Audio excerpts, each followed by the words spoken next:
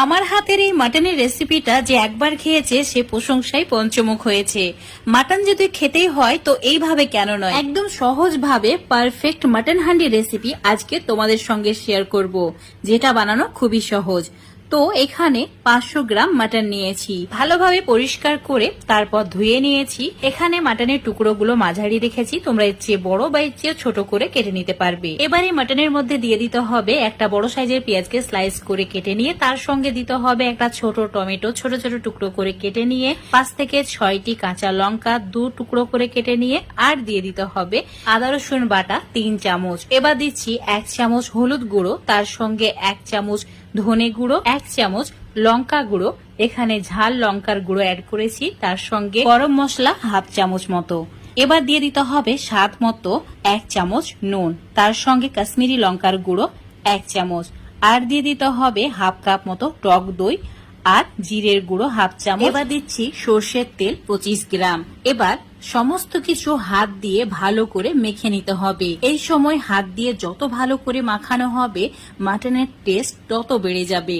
তো একটু সময় নিয়ে এই কাজটি করে নেবে। এবার এই মশলা মাখা মাটন 1 ঘন্টা ঢাকা দিয়ে রেস্টে রেখে দিতে হবে। তোমরা চাইলে ফ্রিজেও রাখতে পারো। 1 ঘন্টা পর চুলোর উপর একটা মাটির হাঁড়ি নিতে হবে, দিয়ে দিতে হবে 20 গ্রাম মতো সর্ষের তেল। তেলের মধ্যে অ্যাড করে দিতে হবে 2টি তেজপাতা 4 টুকরো করে, তার সঙ্গে গোটা এলাচ, লবঙ্গ, দারচিনি, 1টি শুকনো লঙ্কা, আর দিয়ে দিতে হবে সামান্য পরিমাণে মানে হাফ চামচ গোটা জিরে।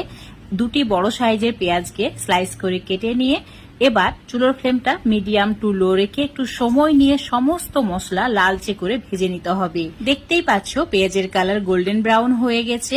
তো এবার ম্যারিনেট করা মাটন এর মধ্যে অ্যাড করে দিতে হবে। এই সময় চুলোর ফ্লেমটা মিডিয়াম টু লো করে রাখা আছে। তোমরা চাইলে এই রান্নাটি যে কোনো কড়াই বা হাঁড়ির মধ্যেই করতে পারো, এমন নয় যে মাটির হাঁড়ির মধ্যেই করতে হবে। মাটন অ্যাড করার পর পাত্রটাকে ধুয়ে অল্প একটু জল অ্যাড করে দিতে হবে।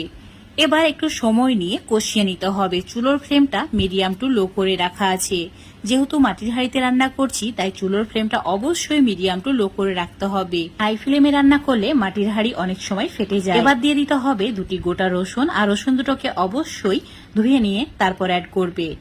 এবার আবারও 5 মিনিট এইভাবে কষিয়ে নিয়েছি।